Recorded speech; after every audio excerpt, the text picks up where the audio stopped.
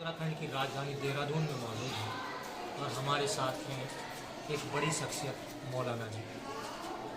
जानकारी करेंगे कि मदरसों में किस तरीके से जो तालीम दी जाती है और क्या तालीम मदरसों में दी जाती है। बड़े बड़े आरोप मदरसों पे लगे हैं जो लगते भी रहते हैं। तो आज हम वही चीज़ आप लोगों को मौलाना साहब के द्वारा जानकारी देंगे कि मदरसों में किस तरीके से शिक्षा दी जाती है और इस्लाम क्या कहता है।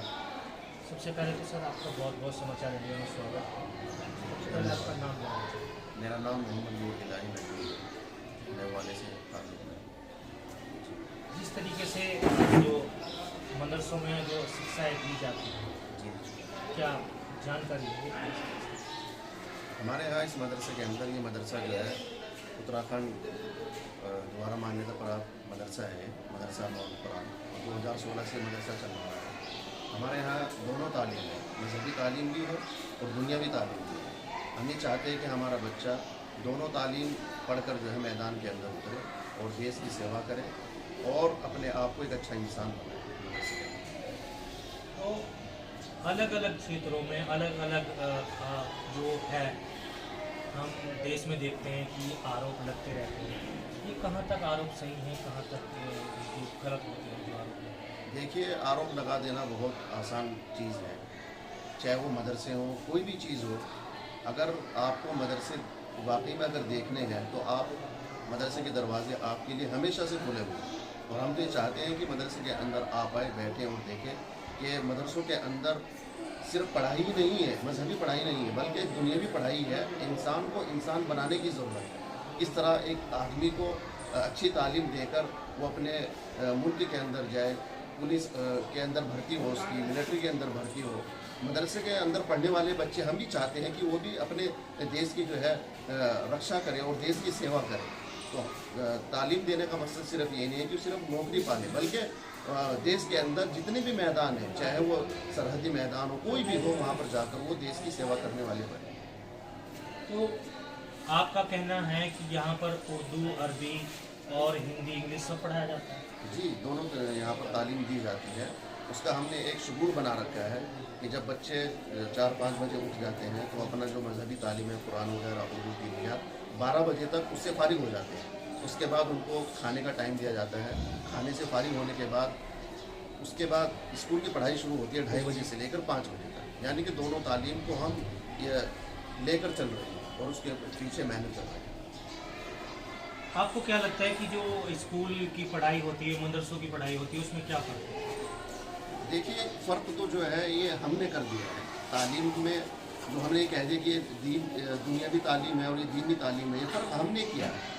तालीम का मतलब ये है कि इंसान को अच्छा बनाया जाए और उसके अंदर ऐसी खुसूसियात डाली जाए ताकि वो उसको देखकर दूसरे आदमी भी ये महसूस करे कि ये वाकई पढ़ा लिखा आदमी है। सिर्फ नौकरी के नाम पर आदमी को पढ़ा देना या उनको अच्छी अच्छी जॉब से दिला देना, ये आदमी के पढ़ाई का मकसद नहीं हो सकता। तो बहुत सारे आदमी नौकरी करते हैं, लेकिन और नौकरी करने के साथ साथ उनके माँ बाप उनसे दूर है।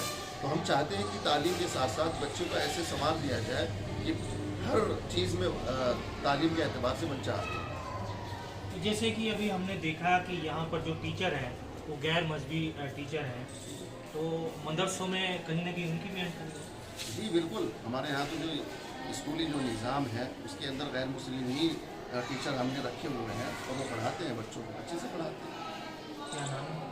किरण लता नेगी जी हैं और पूनम मैम है, नाइदा मैम है और इसी तरह नीलम मैम है। सारे स्टाफ हमारे रखे हुए हैं। जैसे कि आपने चल फिर कर अभी देखा भी है, क्लास में पढ़ाई हो रही है। तो मेरे साथ एक शख्सियत और हैं, उनसे भी बात करेंगे मदरसों को लेकर। क्या नाम है सर? मेरा नाम जाकिर हुसैन है। जी जी।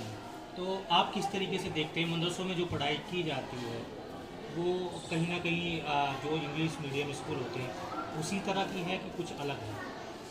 जो मदरसों में पढ़ाई की जाती है उसका मकसद ये है कि उनको पढ़ाई तो वही की जाती है, जो इंग्लिश की बुक है वो इंग्लिश में पढ़ी जाएगी, जो हिंदी की बुक्स है वो हिंदी में पढ़ी जाएगी और जो उर्दू की बुक्स है वो उर्दू में पढ़ी जाएगी। जैसे मेरे पास कोर्स रखा है बच्चों का, तो हमारे पास जैसे कि ये किताब है बच्चे के पास, विद्यालय शिक्षा उत्तराखंड देहरादून की है। तो बच्चा इंग्लिश में अगर पढ़ रहा है तो इंग्लिश की किताब पढ़ेगा और इसकी पढ़ाई होती है। इसी तरह फिर मेरे पास मैथमेटिक्स की किताब है, यहाँ बच्चों को मैथमेटिक्स सिखाया जाता है। इसी तरह मेरे पास ग्रामर है, बच्चों को ग्रामर की जो है बुक्स भी पढ़ाई जाती है। तो टॉकिंग भी सीखी जाती है बच्चों को। उसके अलावा बच्चों को जैसे मजहबी तालीम आप कह रहे हैं मदरसों में सिखाया जाता है। मदरसों की मजहबी तालीम ये है, सबसे पहले हमारे पास एक ऐसी किताब है जो देखने में बहुत छोटी किताब है। इस किताब का नाम चहल हदीस है और जब हम इसका पहला पन्ना खोलते हैं और हम पहला पन्ना खोल कर इसमें बच्चों को जो तालीम देते हैं, असातिज़ा इकराम हमारे जो पढ़ाने वाले लोग हैं, वो इसमें सबसे पहले सोते वक्त की दुआ है, सोकर उठने की दुआ है। जो इंसान का जो रूटीन है, जब वो सुबह उठे तो अपने खुदा को याद करे और जब वो सोए तो जब वो बिस्तर पर जाए उसकी दुआ पढ़े। तो देश मजहबी तालीम सीखे जाती है। देश के प्रति क्या शिक्षा दी जाती है? देश के प्रति तो यही शिक्षा दी जाती है कि वो अपने मुल्क से मोहब्बत करे, अपना मुल्क का समाज में उसका अच्छी पहचान हो। और देश के लिए और क्या हो सकता है कि मुस्लिम कौम एक ऐसी जो हर वक्त अपने देश के लिए जान कुर्बान करने के लिए तैयार रहती है। मदरसों के बच्चे तो अपने देश के लिए जान कुर्बान करते आए और करते हैं। कितने उलामा इकराम रहे हैं जो मदरसों से पढ़े हैं।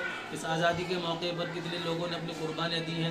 आज उनको वही चीज़ें पढ़ाई जाती है कि आप लोग भी अपने देश के लिए कुर्बानियाँ पेश करें।